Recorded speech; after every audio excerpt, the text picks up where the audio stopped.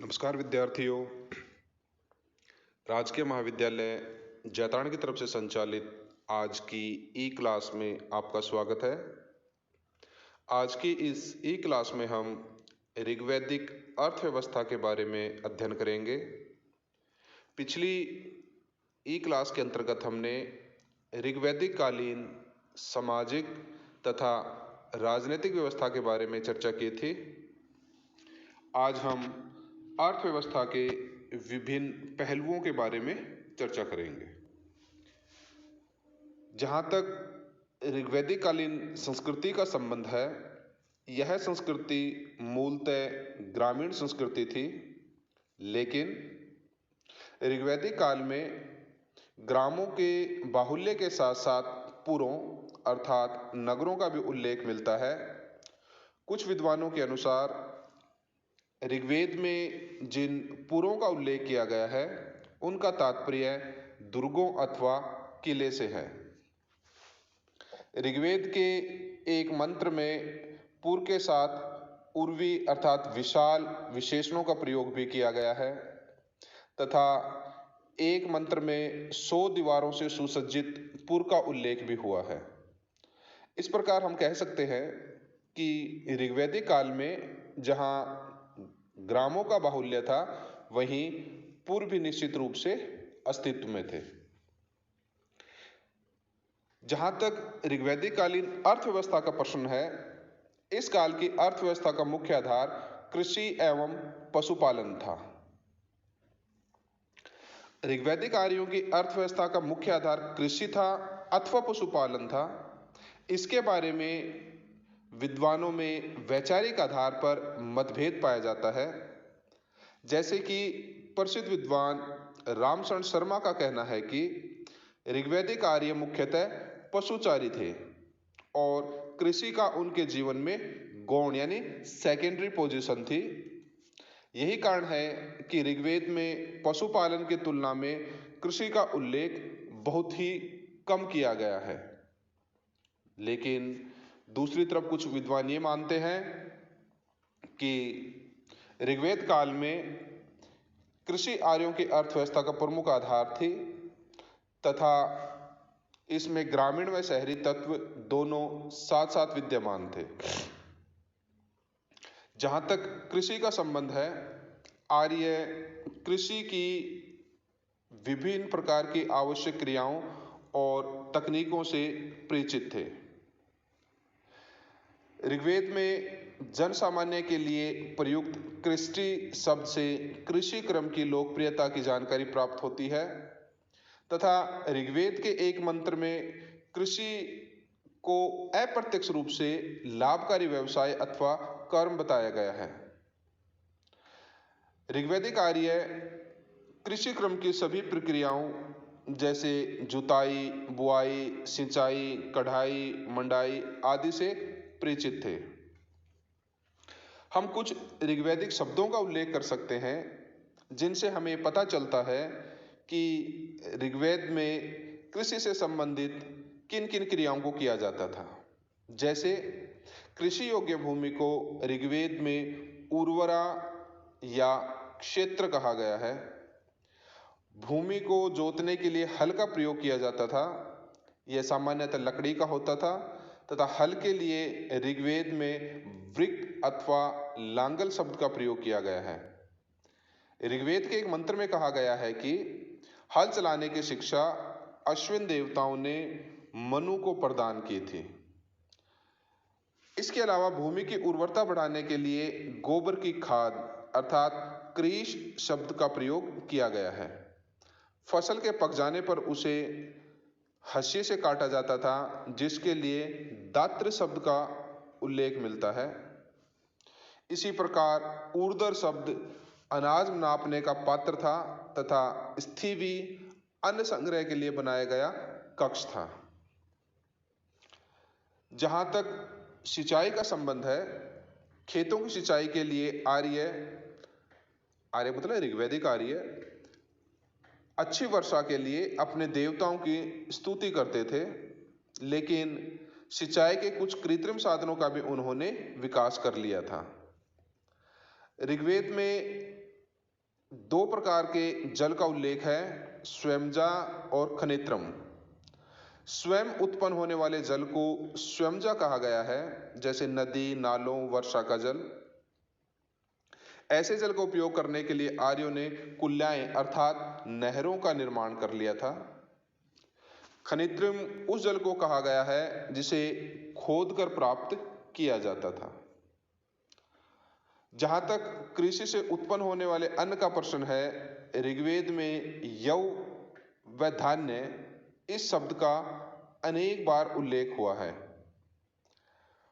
बाद में यव को जौ तथा धान्य को चावल के अर्थ में स्पष्ट किया गया है। इन दो प्रमुख अनाजों के अलावा यानी यव और धान्य के अलावा गेहूं, उड़द, तिल, मसूर आदि की खेती भी की जाती थी। इस प्रकार हम कह सकते हैं कि ऋग्वैदिक आर्य कृषि क्रम से परिचित थे, विभिन्न प्रकार की कृषि से संबंधित गतिविधियां संचालित करते थे तथा यव और धान्य के अलावा अन्य फसलों की खेती भी की जाती थी। अब हम देखते हैं पशुपालन। जैसे कि मैंने पहले बताया, जो वामपंथी इतिहासकार हैं या विचारक हैं, उनके अनुसार ऋग्वैदिक सभ्यता मुख्यतः पशुपालन पर आधारित थी, जबकि कुछ अन्य विचारक इसको आर्थिक क्रियाओं में द्वितीय स्थान प्रदान करते हैं।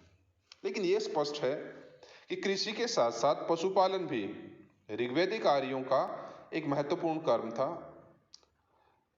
ऋग्वेद काल में पशुओं के स्वामित्व को संपत्ति का प्रतीक माना जाता था, अर्थात जिस व्यक्ति के पास जितना अधिक पशु संसाधन होता था उतना ही उसे समृद्ध माना जाता था। जहां तक ऋग्वेद काल में पशुओं का संबंध है, उसमें सबसे महत्वपूर्ण जो पशु था उसमें आती है गाय। इसका सर्वोच्च महत्व था। ऋग्वेद में जो विभिन्न श्लोकों में वर्णन मिलता है उसके आधार पर हम कह सकते हैं कि गाय क्रय विक्रय का माध्यम थी, उसे मूल्य की इकाई के रूप में भी प्रयुक्त किया जाता था तथा कृषि कार्य में भी गाय से उत्पन्न बैलों का उपयोग होता था। इसलिए गाय की अत्यधिक महत्व था। दान में भी गोदान को श्रेष्ठ माना गया है। ऋग्वैदिक आर्य गाय की उपयोगिता से इतने अधिक परिचित थे कि उन्होंने गाय को अघन्य अर्थात जिसका वध नहीं किया जाए ऐसा कहा गया है। ऋग्वैदिक आर्य गाय को एक पवित्र पशु भी मानते थे। ऋग्वेद में अष्टकर्णी गायों का उल्लेख मिलता है। अष्टकर्णी का मतलब होता है ऐसी गाय जिसके कान छेदे हुए हों या कान पर 8 के निशान से युक्त गाय, यानी कोई निशान वगैरह उसके ऊपर बनाए गए हों। तो इससे पता चलता है कि अष्टकर्णी शब्द से कि पशुओं के कानों पर स्वामित्व सूचक चिन्ह बना दिए जाते थे।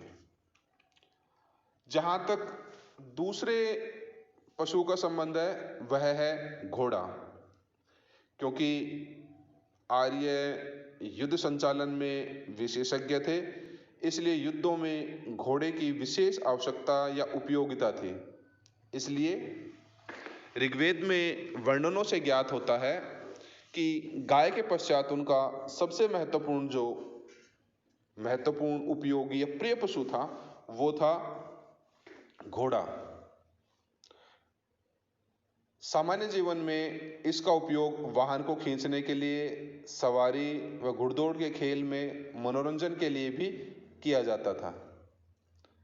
जैसा कि ऋग्वेद में गाय को पवित्र एवं उपयोगी बताते हुए उसके दान को श्रेष्ठ दान कहा गया है, ऐसे ही घोड़े के दान को भी उत्तम दान कहा गया है। एक मंत्र में कहा गया है कि जो कोई व्यक्ति दक्षिणा में घोड़ा देता है या घोड़े का दान करता है वह धूलों को प्राप्त होता है। गाय और घोड़े के अलावा एक अन्य पशु था हाथी। छात्र ध्यान देंगे कि इसके बारे में मतभेद है। केसी श्रीवास्तव ने अपनी बुक में ये लिखा है कि आर्य हाथी से परिचित नहीं थे, जबकि अन्य कुछ स्रोतों में ये पता चलता है कि आर्य हाथी से भी परिचित थे। इसलिए आर्यों का हाथी से परिचित होना अथवा न होना विवादास्पद है। हाथी के अलावा अन्य पशुओं में जैसे भेड़ जिसे अवी कहा जाता था, बकरी जिसे अजा कहा जाता था। भेड़ों को पालने का एक मुख्य उद्देश्य वस्त्र निर्माण के लिए ऊन प्राप्त करना था। ऋग्वेद काल में गांधार देश की भेड़ें ऊन के लिए प्रसिद्ध थी। इसके अलावा आर्य अन्य पशुओं से भी परिचित थे, जैसे कुत्ते, महिष यानी भैंस, गर्दभ यानी गधा, मृग यानी हिरण इत्यादि। कुत्तों से, चोरों से रक्षा करने का कार्य किया जाता था। इस प्रकार देखते हैं कि ऋग्वेद काल में पशुपालन की दृष्टि से जो सबसे महत्वपूर्ण पशु थे वो थे गाय और घोड़ा। अब हम देखते हैं शिल्प और उद्योग। ऋग्वेद काल में जैसे जैसे आर्थिक जीवन का विकास होता गया, वैसे वैसे अनेक उद्योगों की भी या व्यवसायों की भी सृजन हुआ। जहां तक व्यवसाय व उद्योग धंधों का प्रश्न है, ऋग्वैदिक समाज में व्यवसाय आनुवांशिक नहीं था। आप जानते हैं कि ऋग्वेद के 10वें मंडल के पुरुष सूक्त में सर्वप्रथम हमें 4 वर्णों ब्राह्मण, क्षत्रिय, वैश्य व शूद्र के बारे में जानकारी प्राप्त होती है। तो इस काल में ये जो 4 वर्ण थे वो भिन्न भिन्न प्रकार के कार्य करते थे। यद्यपि ये आनुवांशिक नहीं थे, तथापि एक ही प्रकार के कार्य करने से उनमें एक प्रकार की विशेषज्ञता प्राप्त हो चुकी थी। जैसे जो ब्राह्मण थे वो मुख्यतः यज्ञ से संबंधित क्रियाओं को संपन्न कराते थे। क्षत्रिय युद्ध संबंधी कार्यों में व्यस्त रहते थे। वैश्य कृषि, पशुपालन व धन को उधार देने संबंधी कार्य करते थे तथा शूद्र मुख्यतः तीनों वर्णों की सेवा करते थे। लेकिन ये भी हम ध्यान रख सकते हैं कि कोई भी व्यक्ति किसी भी वर्ण के पेशे को या कार्य को अपना सकता था। जहां तक प्रमुख उद्योगों और शिल्पों का प्रश्न है, ऋग्वेद में कुछ शब्दों का उल्लेख मिलता है जिससे पता चलता है कि उस समय कौन कौन से प्रमुख उद्योग धंधे प्रचलित थे। जिसमें एक शब्द आता है तक्षा या तविष्टा, जिसका मतलब होता है बढ़ई, करमार यानी धातु शिल्पी, वाय जुलाहा, चर्मन चमड़े का काम करने वाला, हिरण्यकार यानी सुनार आदि। इन शिल्पकारों में जिस व्यक्ति का, जिस शिल्प का सबसे अधिक महत्व था वो था तक्षा अर्थात बढ़ई। क्योंकि रथों का अधिक महत्व होने के कारण हम ये समझ सकते हैं कि उसकी सामाजिक प्रतिष्ठा निश्चित रूप से बढ़ी हुई थी। इसके अलावा कृषि कार्य में प्रयुक्त हल बनाने का कार्य भी तक्षक द्वारा किया जाता था, तो इसलिए उसका समाज में विशेष महत्व था। धातु का काम करने वाले कारीगरों को ऋग्वेद में, जैसे मैंने बताया, करमार कहा जाता था। अनुमान है कि ये धातु के विभिन्न अस्त्र शस्त्र, कृषि, बर्तन, आभूषण आदि का निर्माण करते थे। जहां तक धातु का संबंध है, ऋग्वेद में अयस नामक धातु का उल्लेख मिलता है। अब इस अयस का तात्पर्य तांबे से है अथवा कांसे से या लोहे से, इसके बारे में विद्वानों में वैचारिक भिन्नता पाई जाती है। एक अन्य धातु का उल्लेख मिलता है हिरण्य। हिरण्य का मतलब होता है स्वर्ण यानी सोना। स्वर्ण से विभिन्न प्रकार के आभूषण बनाए जाते थे। जैसे एक दो आभूषण के नाम आप याद रख सकते हैं। कर्ण शोभन जो कानों में पहना जाता था, निष्क ग्रीव जो गले पर धारण किया जाता था। इसके अलावा एक महत्वपूर्ण शब्द जो आप याद रख सकते हैं, पूछा जाता है अमूमन, वो है निष्क। अब निष्क था क्या? कि स्वर्ण मुद्रा थी, मूल्य की इकाई थी, या आभूषण था, इसके बारे में विद्वानों में वैचारिक मतभेद पाए जाते हैं।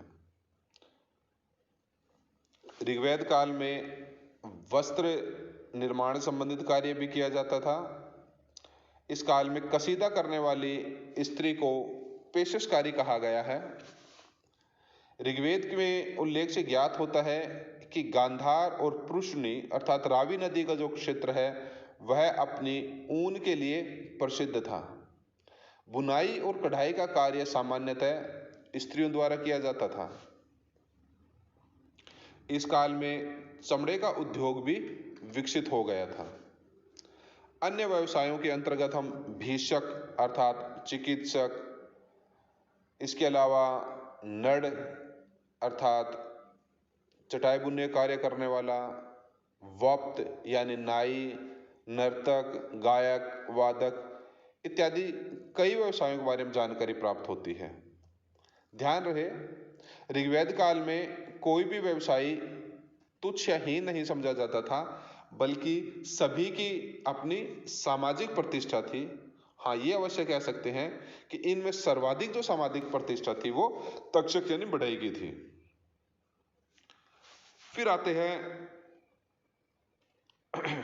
व्यापार और वाणिज्य पर। जहां तक व्यापार और वाणिज्य का प्रश्न है, ऋग्वेद काल में आंतरिक व बाह्य व्यापार दोनों होते थे। व्यापार सामान्यतः स्थल व जल दोनों मार्गों से किया जाता था। जहां तक स्थल मार्ग से यातायात का संबंध है, यह गाड़ियों अर्थात अनश एवं रथों की सहायता से किया जाता था, जिन्हें खींचने के लिए बैलों व घोड़ों का प्रयोग किया जाता था। ऋग्वेदिक आर्य गधे व ऊंट भी पालते थे, जिससे अनुमान लगाया जा सकता है कि इनका प्रयोग भी माल ढोने में किया जाता होगा। जहां तक जलीय व्यापार का संबंध है, नदियों के माध्यम से नाव द्वारा यह व्यापार होता था। ऋग्वेद के एक मंत्र में सिंधु नदी में चलने वाली एक नाव के बारे में उल्लेख किया गया है।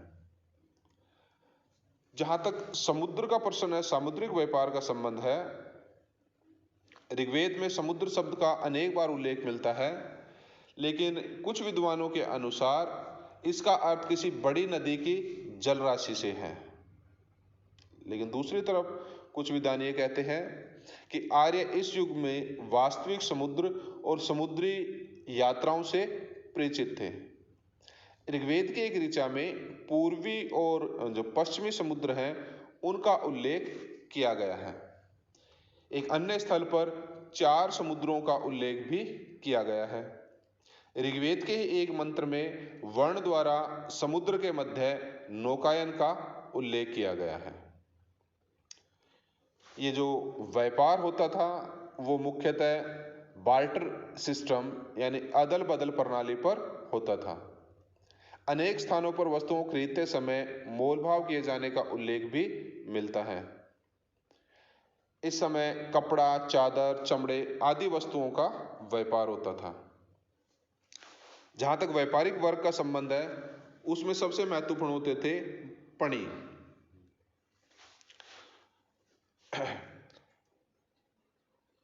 ऋग्वेद के अनुसार जो पणी होते थे उससे पता चलता है कि ये समृद्ध व्यापारी होते थे। ऋग्वेद में पणियों के एक स्थान पर वेकनाट कहा गया है, जिसका मतलब होता है ब्याज पर धन देने का कार्य करने वाले। ऐसा प्रतीत होता है कि जो पणी होते थे वो सूदखोरी का व्यापार करते थे, व्यवसाय करते थे। जब ये एक स्थान से दूसरे स्थान पर व्यापारिक वस्तुओं के साथ जाते थे तो काफिले यानी समूह में रहते थे, तथा व्यापार के लिए दूर दूर के प्रदेशों में जाया करते थे।